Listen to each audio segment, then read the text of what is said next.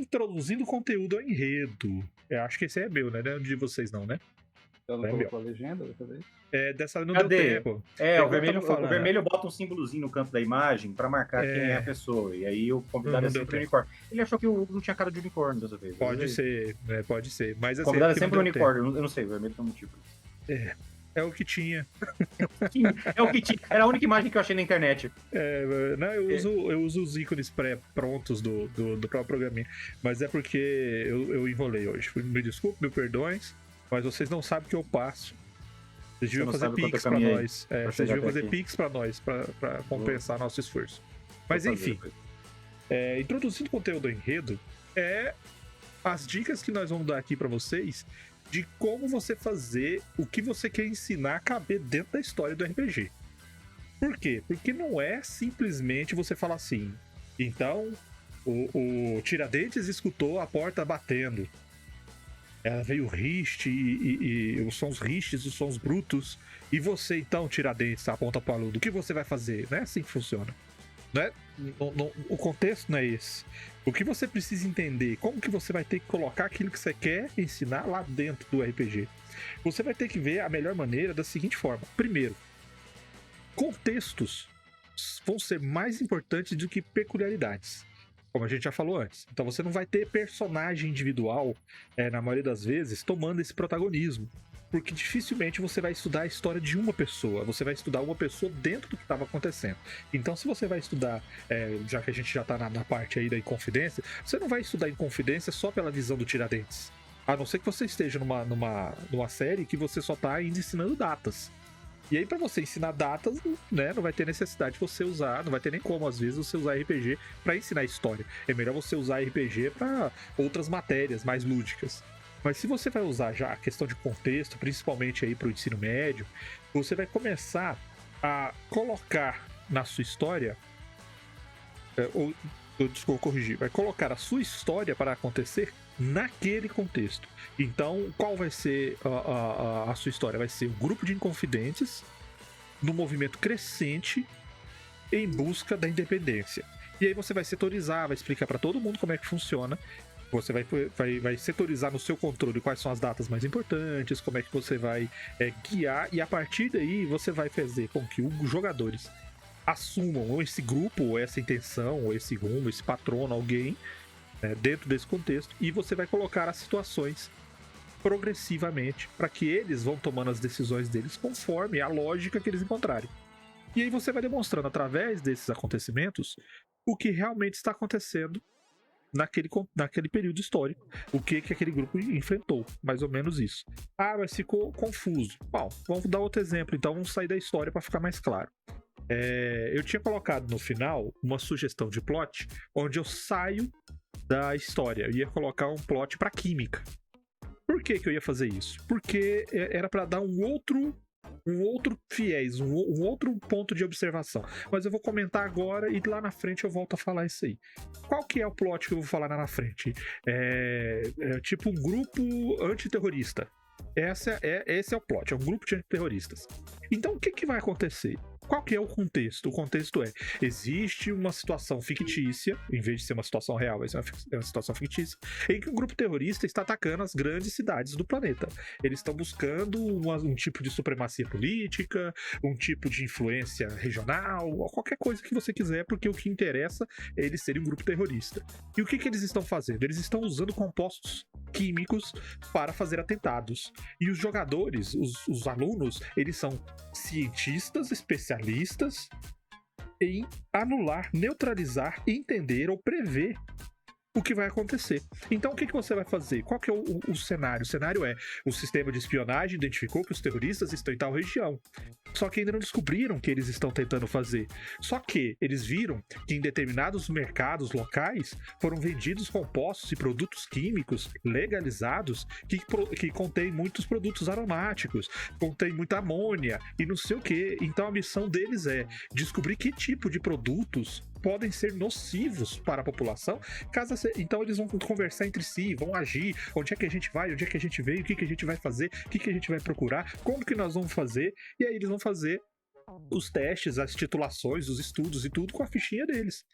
Então, o que eu fiz? Eu peguei aquele contexto todo, introduzi a matéria lá dentro e faço com que os jogadores utilizem a matéria para entender o contexto. Então, vou voltar para a história. Qual que é o contexto? Em contexto, em confidência. Qual que é o problema? O problema é que eles estavam tentando armar toda a movimentação para derrubar o governo local, para ir ganhar força e talvez derrubar o governo nacional. Só que eles recebem a notícia que houve uma traição. Eles estão sendo procurados, descobriram quem eles eram. E aí eles vão ter que reagir a esse tipo de situação. Então você pegou fatos reais, colocou dentro da sua história e faz com que os jogadores movimentem. Eles não precisam ser o Tiradentes, mas eles podem ser um grupo de apoio. Eles vão tentar avisar aquele grupo que foi dedurado. Eles vão tentar agir, eles vão tentar fazer, tentar evitar. E aí você tem a sua história. Não sei se ficou confuso, por favor. Eu sei que vocês entenderam, me ajudem. Eu acho que eu entendi. Não, pode falar. Eu só ia falar que eu acho que eu entendi, mas pode falar. Eu entendi. Inclusive, uma ideia, Red, sugeri aqui. Tem um sisteminha muito simples, não sei se vocês já ouviram falar, chamado de Jornada do Aspirante. É uma cartilha. É uma cartilhazinha. É literalmente um flyer, o sistema. Você cria o seu bonequinho no flyer em 1 minuto e você joga com ele. Ele gira em torno de você ser um personagem que pode morrer num sopro, né? O que nós somos na vida real, né? Então, assim, eu passo isso pro jogador e nesse momento, eu focando no que eu quero entregar, no cenário que eu quero entregar, né? O narrativo, ele vai ser um apoio, né? Então, ele vai ser o meu apoio pra esse cenário, né? E às vezes... eu nem preciso explicar o cenário todo. Quer dizer, eu não quero que o aluno entenda todo o cenário da Inconfidência Mineira. Mas digamos que eu quero que ele entenda que, por exemplo, Tiradentes foi muito romantizado. Então aí eu trabalho a questão da identidade do Tiradentes, saca? Eu vou trabalhando pequenos pontos. Quando o aluno pega todos eles, ele vai, né? Ele faz a crítica dele, né? Por isso que o pessoal chama o professor de história muito de comunista, né? O cara só fala de crítica. Mas a matéria é sobre crítica, né? Você critica a história que você escuta e você tá sempre negando ela, né? Assim como na ciência no geral, você tá sempre tentando negar ela para que você prove que ela tá certa. Então, dessa forma, quando a gente olha a história, sei lá, trabalhando a crítica do romantismo, da forma como Tiradentes foi morto, né? A gente pode trabalhar só apenas aquela cena. E aí a gente pega um sistema como Jornada do Aspirante e a gente usa ele como nosso apoio. E aí você tem ali uma introdução de uma parte do que estaria no currículo de história, por exemplo. Que é trabalhar ali a questão do romantismo do Tiradentes. É sensacional isso que você falou, da questão de você fazer essas introduções não só com a história, é com a química, cara. É incrível isso, porque você pode fazer com todas as matérias. Acho que não tem um limite, né? Falaram do GURPS da matemática aí, faz todo sentido. Queria fazer 2 adendos. O primeiro é que você falou que falar de crítica faz com que o professor seja chamado de comunista, né? Quer dizer, a camisa vermelha do Che Guevara, o boné com a estrela e a barba grande não tem mais a ver com isso. Talvez. O visual não colabora, né? Esse é o primeiro. É complicado, né? É o marketing alma do negócio, né?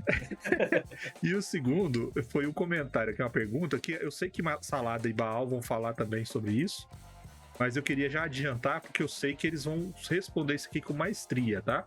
Vieira perguntando: para ser um RPG histórico e uma aula ao mesmo tempo, imagine que o enredo seja linear, ou que os personagens não tenham impacto significativo, porque senão caem de ensinar algo errado, ou frustração por não ter a chance de mudar, né, os acontecimentos.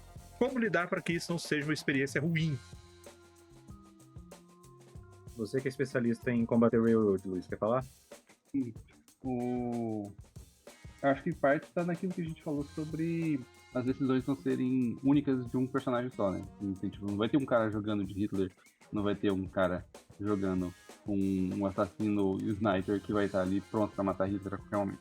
Vão ter grupos que vão estar sendo representados por grupos da sala, então você vai ter ali, lá, o Partido Nazista, você vai ter ali o Partido Comunista na situação.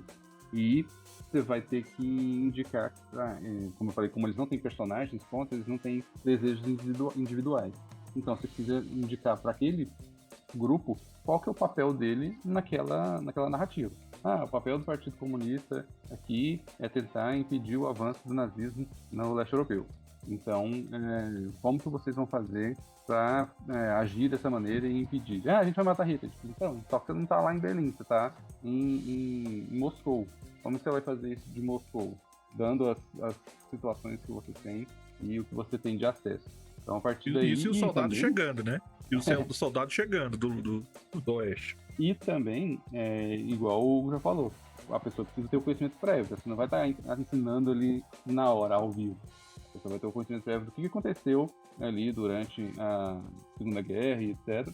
Para ele falar, usando o que você conheceu, o que você aprendeu na aula passada sobre o avanço da Alemanha nazista sobre a Rússia no inverno, como que vocês vão fazer para impedir que os nazistas cheguem até São Petersburgo? E aí, obviamente, já vai ter um direcionamento. Não está todo mundo ali livre-arbítrio, como normalmente é no RPG. Então, ele é uma ferramenta, mas ele não é uma transcrição literal de como a gente joga uma mesa de RPG. Ele é só uma forma de engajar o aluno em se sentir parte daquela situação. Se eu puder fazer só uma observação, Marcelo, antes, que eu lembrei agora, se não esqueço, essa questão de você fazer igual o Jesus falou, dessa progressão, aí eu fiquei imaginando assim, e os testes? Né? Se a gente tá falando de RPG, a gente tem testes. E eu lembrei o seguinte, como são acontecimentos históricos, as coisas vão acontecendo, elas vão, independente, né, da ação deles, elas aconteceram. Às vezes o teste serve para você liberar aquela informação, aquela descoberta, aquela informação mesmo, né? Aquele conhecimento que tá faltando para ele tomar as próximas decisões, ou as consequências. Só para lembrar, se não foi mal, Salada. Não, eu acho que a gente não pode descartar, eu vou voltar a falar sobre isso mais à frente, mas eu acho que a gente não pode descartar a ficção histórica como um elemento relevante. Igual Bastardos e Glórios também, né? Não, claro, em tese, nada impede. Mas eu acho que assim, por exemplo, você não consegue, uma opinião pessoal minha, você não consegue fruir tão bem de O Homem do Castelo Alto se você não conhecer bastante de Segunda Guerra. Não é a mesma fruição para você como leitor. E eu acho que produzir uma ficção histórica é relevante. Produzir uma ficção histórica ensina alguma coisa. Essa grande discussão do e se, ela tem uma lógica. Esse é um exercício que eu acho que a gente faz. Historicamente, a gente faz. Historicamente, não. Historicamente, existe uma discussão de o que teria acontecido. Porque a gente faz isso. Tipo, se 50 anos atrás não tivesse havido um golpe militar, o que teria sido do Brasil? Se não tivesse havido a reindustrialização do Brasil no final do século, no final dos anos 80. Então, assim, este exercício de si é uma coisa que você faz durante o estudo. O professor vai te falar que isso também é um exercício. Esse exercício é um exercício de abstração, é um exercício de criatividade, mas que parte de um aprendizado, parte de uma base factual. E eu acho que isso também é. Então, assim, eu não vejo problema de você fazer uma aventura em que as pessoas comecem com um fato histórico real e as coisas vão acontecendo e elas mudam o que aconteceu. E aí o professor fala pro cara, parabéns, vocês impediram X. E, pô, isso é legal. Isso é legal do ponto de vista de RPG, e isso pode ser legal do ponto de vista de história. O professor pode acabar. Então, para o próximo aula, vocês vão escrever para mim o que vocês acham que aconteceu nos anos seguintes. Ou fazer um comparativo, né? Que houve? É isso, faz um comparativo. Quando você evitou isso, que outros efeitos em cascata você causou? Eu acho que isso também é um exercício. Isso é legal do ponto de vista de RPG. E é legal do ponto de vista de aprendizado também. Faz total sentido, só complementando, Marcelo, porque a gente não sabe muito sobre a nossa história. Então, muito fica na ficção, né? E a maior parte tá na ficção. A gente fala muito sobre o Império Romano, mas a gente sabe um terço da realidade dessa sociedade, dessa civilização. A gente sabe um terço da civilização egípcia. Então, o nosso imaginário é uma ficção constante. Então, faz todo sentido a gente trabalhar ela e depois fazer esse serviço, uma atividade de comparação, ou uma atividade, isso foi o que vocês fizeram. Mas o que aconteceu de fato? O que a gente sabe que aconteceu, né? Apesar de vocês terem conseguido mudar, né? A gente adora os ICs, né? Na história, o IC é a coisa mais louca, né? Tudo bem que isso cria uma galera meio conspiracionista, né? Mas, tirando isso daí, a gente adora os ICs. E é uma ficção constante, né? Nossa imaginação sobre a história, ela é uma ficção que ela rola todos os dias. Eu acho sensacional também. E o engraçado é que você fala assim, mas a gente tá falando de história e tal. Mas não dá, às vezes não dá pra aplicar isso num curso mais técnico, numa matéria mais técnica, numa ciência natural e tudo mais, né? Mas eu lembro que já teve situações semelhantes a isso, eu fazendo engenharia, primeiro ano de engenharia. Aí você pensa assim, pô, né? A única coisa que o cara tem de humanas é aula de português, porque é obrigatório. O cara tem uma matéria de gramática e interpretação de texto. Mas o meu professor de física, que não dava pra entender nada do que ele dizia, na maioria das vezes, ele fez o seguinte, ele chegou pra gente, acho que foi em junho, e ele deu um prazo até setembro. E ele falou o seguinte, pessoal, eu quero que vocês façam aí um trabalho pra mim, que é o seguinte, eu quero que vocês comprovem a gravidade. Mas não é com o que você tem, não. Vocês vão ter que fazer os mesmos experimentos que o Newton fez. Vai lá, e aí vocês vão contar pra mim no relatório o que vocês fizeram e tal. Então o que a gente teve que fazer lá no básico, de ficar soltando bolinha no chão, medindo velocidade, medindo não sei o que, e depois dar os porquês disso. Os porquês que a gente escolheu ir por tal caminho. Então todos os grupos da turma aprovaram a aceleração da gravidade. Mas nenhum seguiu o mesmo caminho. E nenhum seguiu o mesmo caminho do Newton, a não ser um grupo lá que copiou o passo a passo. Que ele foi lá e ele se foi penalizado por causa disso, porque o professor já tinha avisado que não era pra copiar as anotações do Newton. Era pra gente fazer né? E aí, cara, todo mundo achou o máximo. Aí, lá em setembro, ele lançou um segundo. Ele falou o seguinte, eu quero que vocês expliquem o funcionamento de tensor e polia.